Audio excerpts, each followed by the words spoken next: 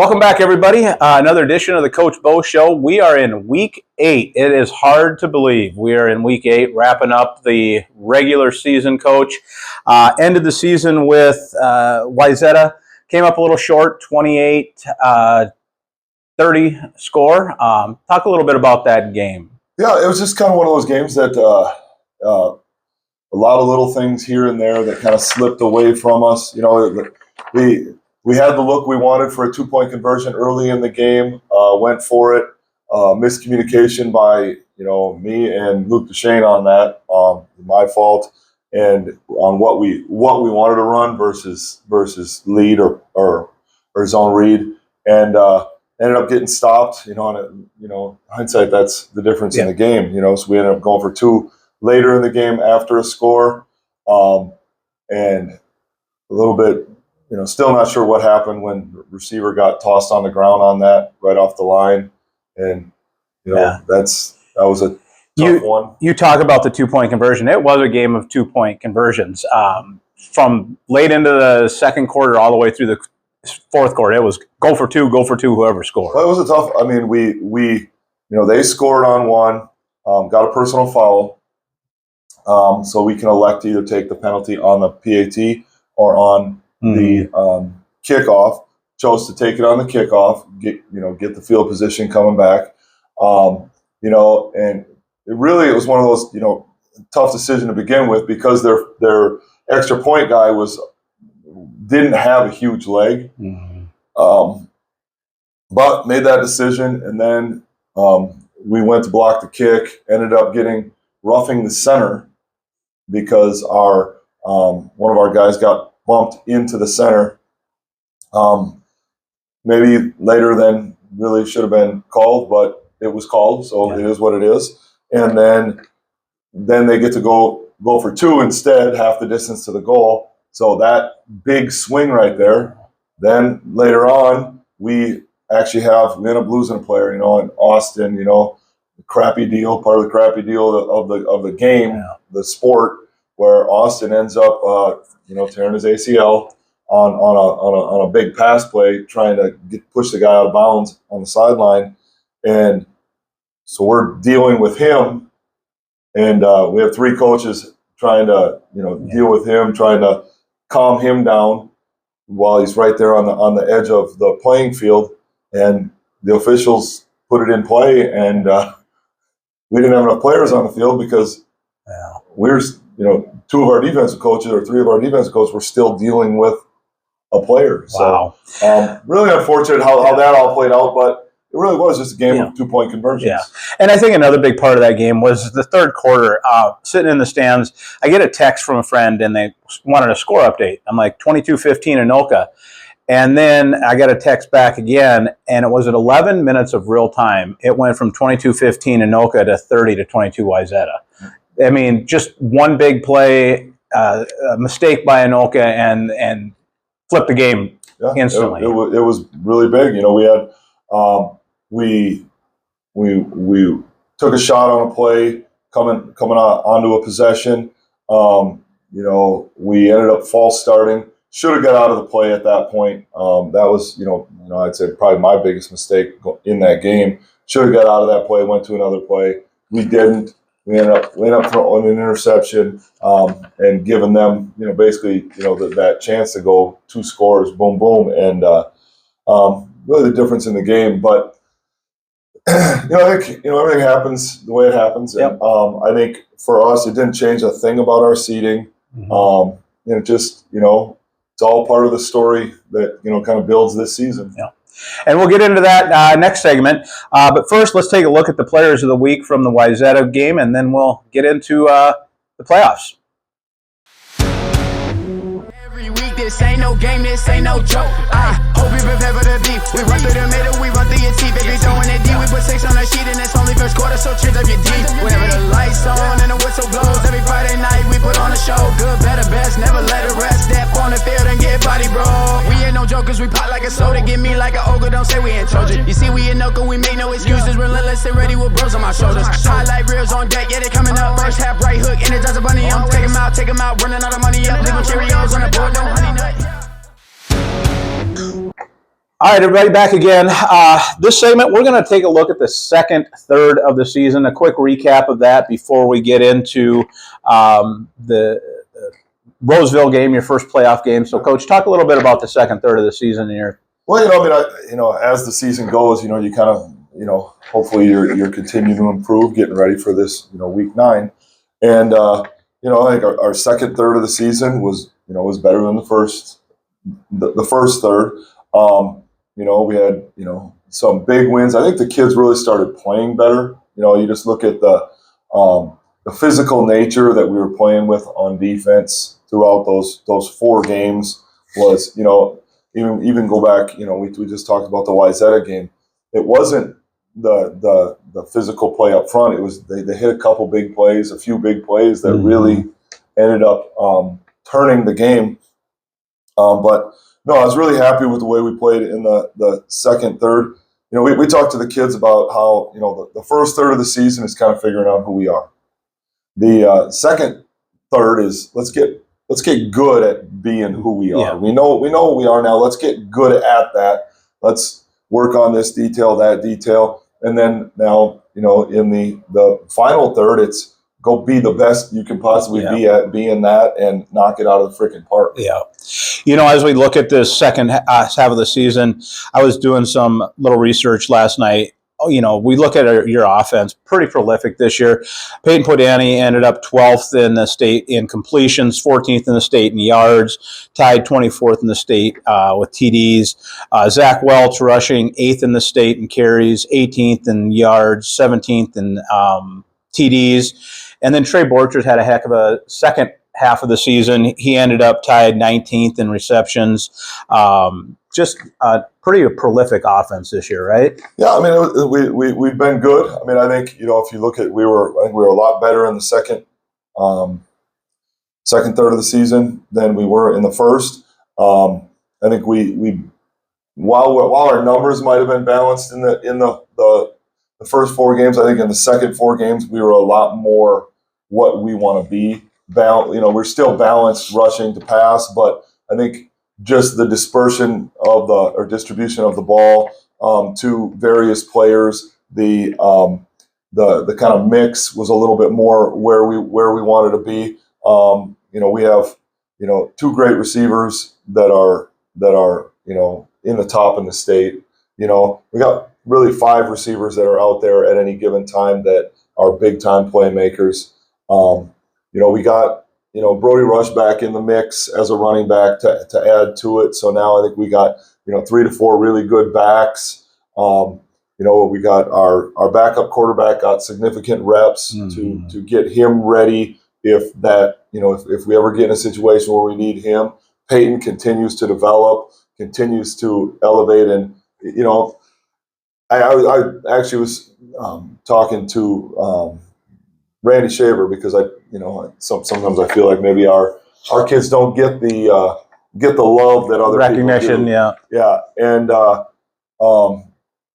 while Peyton's numbers aren't what they were maybe last year overall, he's playing better football than he was playing last year. That's by design. That's because we are a lot more of a balanced offense, right? And it's to put us in a position to play winning playoff football. Yeah. So, I thought offensively we've been progressing the right way. Offensive line, I think, is probably the biggest thing that continues to improve. I think we had some things in the Wayzata game that I think we needed to have happen to kind of refocus us and get us geared towards the playoffs, which will be awesome. Yep. So, and sometimes a loss is a good thing.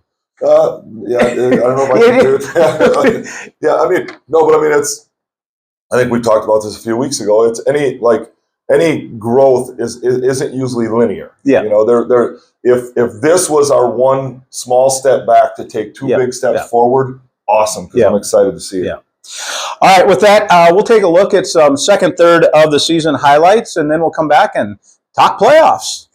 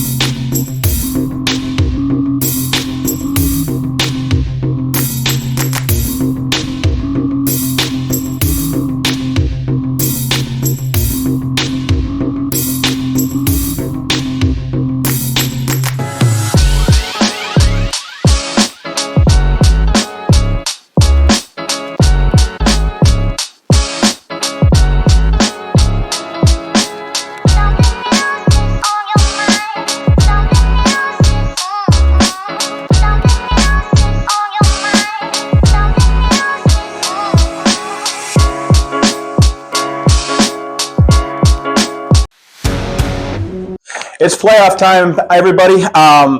As we reach the playoffs, it's a win or go home situation right now, all right, Coach? Yeah, I mean it's a different mentality, I think, and I think one of the best things for our kids is that we played so many young kids last year, so many juniors, that they all have the sting still fresh in their memory of what that felt like when we walked off that field, when not a person in the stadium, going into that felt like we were going to be ending our season. Yeah. So yeah.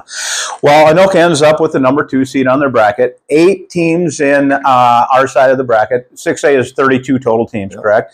Anoka ends up with the 2 seed. End of the season with a 5-3 record. You're going to face the number 7 seed, Roseville, in the first playoff game. Talk a little bit about that game. And well, I mean, so we get Roseville. Like we talked about with the kids. Right now, we basically gave them about 15 minutes that we talked about the whole bracket. We talked about the big picture. We talked about who, that we're the number 2. Here it is. Win this one, and then we potentially get the matchup with, the Wayzata Lakeville South game. Yeah. And like our kids were excited about the opportunity there. I think they felt like we maybe let one slip by. Which is interesting. When I looked at that bracket, it's almost like the NFL. Like you have your division game at the end of the season, and then your next playoff game could be the team that you played 2 weeks before. Right. Crazy to look at that and see that could be a potential matchup. Yeah, and then if you look at even the top side of the bracket, then so you have, what is it? The number 1 seed is Lakeville North. Yeah. Lakeville North, and they're going against the number 8 seed, and so they get through on that. Then Champlin Park plays a real tough Eastridge team, but Champlin Park's a good football team, and who knows who can come out of that one? Right. You have a chance that it's Champlin Park, Lakeville North, Eastridge, Lakeville North, and then whoever is the winner on that, we find our way to play good football and get to that. It's, we start off with Roseville at home. We take care of business there. It would be a home game. Yeah, 2 home games. Yep, it'd be a home game versus, Wayzata or Lakeville South, and then take care of business there. Then I think we're headed to Farmington. I think you were right. Yep. And in Farmington, we would, be taking on, Lakeville North. And that'd be your furthest road trip in how many years? That would be the furthest for, this year for sure. Yeah. That'd be, I think, what was our furthest this year? Why? Well, not even Wayzata. SDMA. Yeah, SDMA was probably our furthest. So, so we're excited about the way the bracket shapes up, and it's, the exciting thing about playoffs is, every week you eliminate, a number of teams, right? Yeah. So go out this week. Our goal is to be one of the last 16 teams remaining in 6A football. And then focus on what's next. I've been unbelievably impressed with our kids this week. Once again, they have shown an ability to, respond to things. And we talk about respond, don't react. React is emotional. Respond is how you want to control your actions. And they've responded. They have been as focused in practice as we've been in any week. So that brings up another point. Does the mental approach change now that you're in the playoffs, or does it stay steadfast from? I mean, yes and no. I mean, there's parts that change. It's win or go home. It's insert playoff cliche here, right? Yeah. It's don't hold anything back. You don't say, oh well, let's keep this one for. There is no tomorrow. Mm-hmm. It is. So we talked about it in our coaches meetings. Coaches will say, well, maybe we want to pocket that for the next round. Well, there is no next round unless we win this round. So you don't save anything. You don't. We talked about 2-point plays in the Wayzata game. Yeah. That maybe we had a couple of our better 2-point plays in our pocket. Well, they're out of the pocket this game. No holds barred, right? Yeah. So it really is just it's time to put it out there. If maybe we were trying to to rest somebody so that they're ready. Well, now there's no more rest. Yeah. You know, it's time. So whether that means you're going on kickoff team now, you're Yeah, and we in previous shows we talked about this too. You know, when we get to this playoff and when we previewed some of this in previous shows, it's a war of attrition, right? Who is healthy when you get to the season? And for the most part, you guys have been healthy. Some dings here, you missed because of concussion, but for the most part, no major injuries except for the one you just talked about. And that's what's hard. You know, I actually had a chiropractor ask me last night. So you guys healthy? You know, going in into the playoffs? And I was like, well, somewhat. I said, but it's really hard for me to say we're healthy when we just lost our starting safety to a major knee injury. But, you know, with the exception of that injury, you know, we're pretty healthy. You know, we've gotten a few guys back, you know, here that I think, you know, will help a lot, you know, in this game and you know, future games if we're lucky enough to play the way we can play. So no, I think where we're at, really excited about it for the playoffs. You know, when we talked yesterday with the kids just about the fact that, you know, everybody in football thinks there's some magic answer. You know, it's like, oh, they're going to dial up the super play here, or oh, here's the great pressure.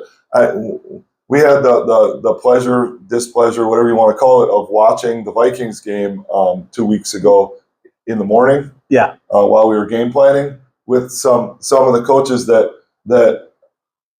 you know, it reminds you how people watch games. And, you know, I don't watch games that way anymore. I don't criticize every call that somebody makes. I don't go, oh, you got to throw that there. Oh, you got to run that there. Oh, why are they blitzing on this down? Why are they not playing cover 4 here? Why didn't they, you know, I don't know. I'm not in meetings with them. I don't go through their practice. I don't know what they do. There's not a magic, you know, play that you draw up. Football is about getting, or anything in life is about doing the little things repeatedly very well. You know, me and Coach Springer, our wrestling coach, were talking about it yesterday, and I was liking it to wrestling practice, where there's no magic move in wrestling that's going to win a match for you.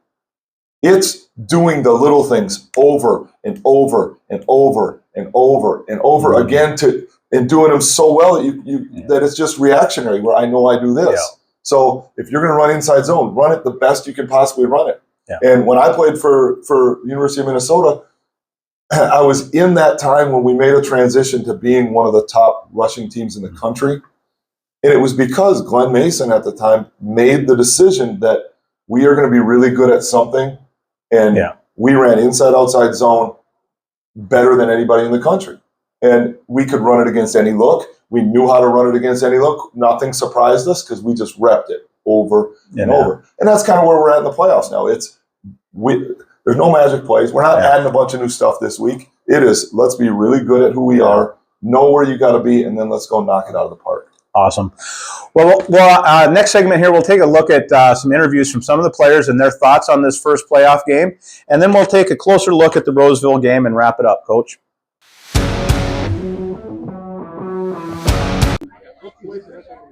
Hey, we're here at the team meal. First playoff game here with Devin Lucas. Sir. Winner go home, right, baby? Yes, sir. What do we got tomorrow night? Obviously, we're going to win. That's our number one goal. I'm very proud of our guys this week. I'm confident that we will win. Great week of practice and everything. I'm fully confident in our team, and we're going to get a dub this week. Hey, let's go. Tomorrow night, Goodrich Field, 7 o'clock. Be there, be square. Yep. We got another interview here, Mason Brandt, junior lineman. Let's talk to your thoughts. It's win or go home, right? Go home. Thoughts on the game tomorrow night? We got to be confident. We got to play as a team. We got to do everything right because it's do or die. It is, absolutely. Hey, let's get after it tomorrow night, 7 o'clock, Goodrich Field. Let's go. Be there.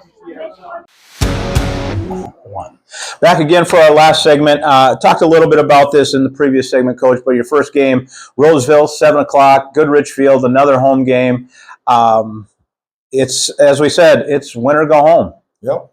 You know, I mean, and it's like any game for us where, you know, opponent really is irrelevant. You know, it's, you know, they're going to play certain coverages, certain fronts. They're going to run certain offensive sets, you know, run certain plays out of those sets.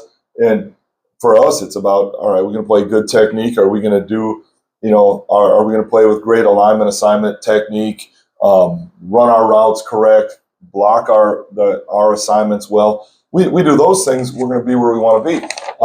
Roseville's got a good running back. They'll line him up all over the field and try to get him the ball, similar to what Osseo did with their number 0. Yeah. They're going to try to find a way to get him involved. They got some solid guys up front on their defensive line. They got talented outside linebacker, who I think is a really good football player. So it's every team's got 15 to 18-year-old kids. Yeah. That they're coming over here with the same mentality that they want to move on to next week. And what's nice about at least 6A, you guys played last Wednesday, or was it Tuesday? Wednesday. Last Wednesday. Yeah. So you've had time. You probably didn't know exactly who you were going to play, but you've had a full week to rest, recover, a full week to prepare. Well, the kids actually said that at practice on Monday, about they were being excited about the fact that we're back to a normal week, normal for what we consider normal. And football is you're so ritualistic, right? Everything is so habitual. It's just routine. So, Monday practice is this, Tuesday practice is this, Wednesday practice is this, Thursday is run through practice, game day Friday. And then, the week before we played Osseo on a Thursday, so that week got cut short and you had to adjust the schedule. And then you're coming off that, and then you play on a Wednesday. So it's basically, one real day of practice, run through practice on Tuesday, and you're playing a game. Yeah. So now you're into a full week again where we can get back to normal practice. We can get back to, okay, hey, here's what we're probably going to face for coverage this week. Here's some of the plays they like to run. Let's get used to them. Because for us as coaches, what we want is we don't want surprises for the kids. We want at least, the general look. They've played this game in their head, 5, 6, 700 times before we ever get there. Yeah. So I think going through a regular week is awesome. I think our kids, their legs, I think, we might have been, legs a little wore down going into the Wayzata game as far as just, hits on the body, and some of the kids, just little bumps and bruises, are really starting to get healthy. Yeah.